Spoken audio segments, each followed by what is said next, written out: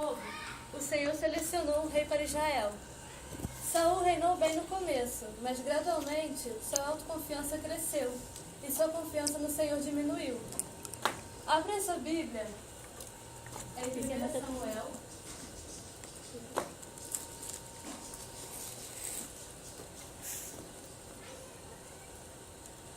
1 Samuel capítulo 15, do 1 ao 3, que eu vou ler. Samuel disse então a Saul: Foi a mim que o Senhor enviou para ungir-te, rei sobre o seu povo Israel. E agora escuta a voz das palavras do Senhor. Assim disse o Senhor dos Exércitos: Tenho de ajustar contas pelo que Amaleque fez a Israel, quando se opôs a ele no caminho enquanto subia ao Egito. Agora vai e tem de golpear Amaleque e devotá-lo à destruição, junto com tudo que ele tem, e não deves ter compaixão dele, e tens de entregá-los à morte, tanto o homem como a mulher, tanto a criança como o bebê, tanto o touro como o ovídio, tanto o camelo como o jumento. Aqui mostra que o Senhor ordenou que Saul e seu exército exterminassem os amalequitas. Nada deveria ser poupado. Mas, ao invés disso, Saul poupou o rei e os melhores animais. Agindo assim, ele pecou.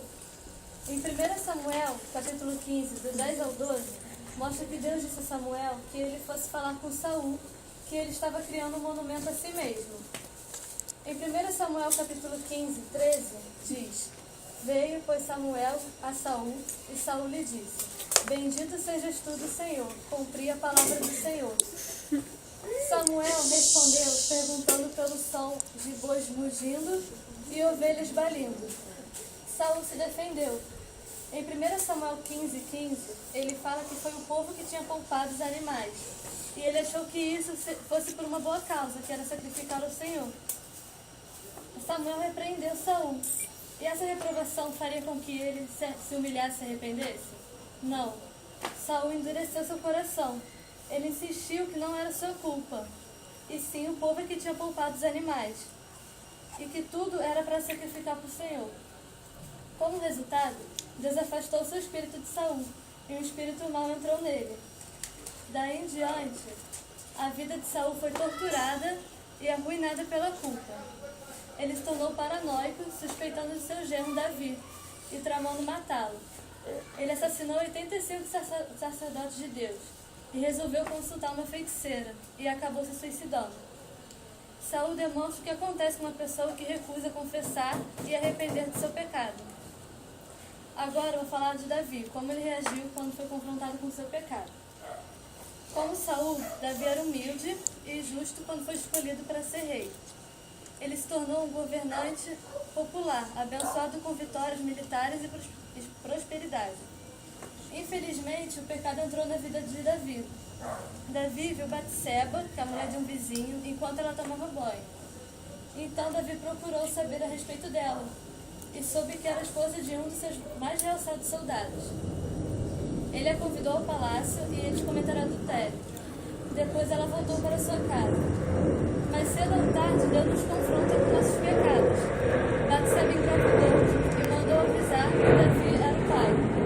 Ao invés de admitir seu pecado, Davi chamou o esposo dela, Urias, da batalha e lhe disse que fosse para casa. Davi queria fazer com que a criança parecesse legítima. Mas, por respeito a seus colegas de batalha, Urias se recusou a passar a noite com sua esposa. Frustrado, Davi enviou um recado pela própria mão de Urias para o comandante do exército, para mantê-lo na frente da batalha e então retirar-se dele. Deste modo, Urias foi assassinado e Davi tomou Batseba como sua esposa. A melhor coisa a se fazer quando pecamos é admitir e nos arrepender.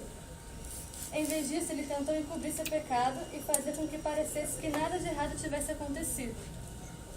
Assim, o Senhor tomou medidas mais fortes para levar Davi ao pecado, ao arrependimento. O profeta Natã foi a Davi e condenou o seu pecado. Ele advertiu a Davi que ele tinha cometido tanto adultério como assassinato, e que o Senhor o puniria severamente. Primeiro, a criança morreria. Segundo, a espada nunca se afastaria de sua família. E terceiro, as suas próprias concubinas seriam violadas à vista de todos. Até este ponto, Saul e Davi eram iguais. Os dois pecaram. Um foi enviado a cada um deles para condená-los pelo seu pecado. Os dois profetas, Samuel e Natã, anunciaram o julgamento contra eles. É aqui que a diferença entre os dois pode ser vista. Saul tentou desculpar-se e afastar-se a culpa. Já em Davi, em Salmo 51, mostra que ele implorou perdão e restauração de sua relação com o Senhor. Olha aqui em 2 Samuel, capítulo 12, versículo 13, diz assim: Davi disse então a Natã: pequei contra o Senhor. A isto Natã disse a Davi: o Senhor, por sua vez, deixa passar o teu pecado, não morrerás.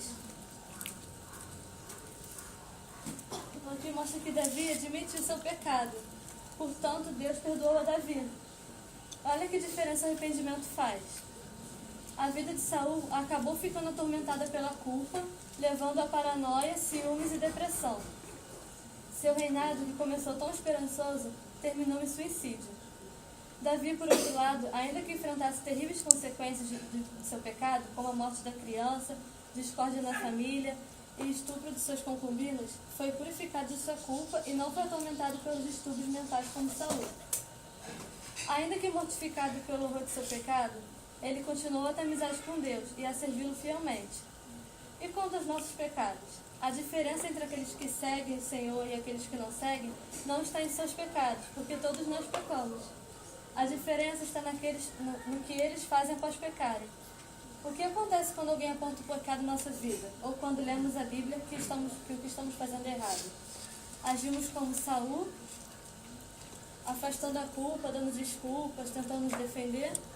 Ou agimos como Davi, admitindo humildemente nossos pecados e nos arrependendo quando a repreensão de irmão nos força a enfrentar?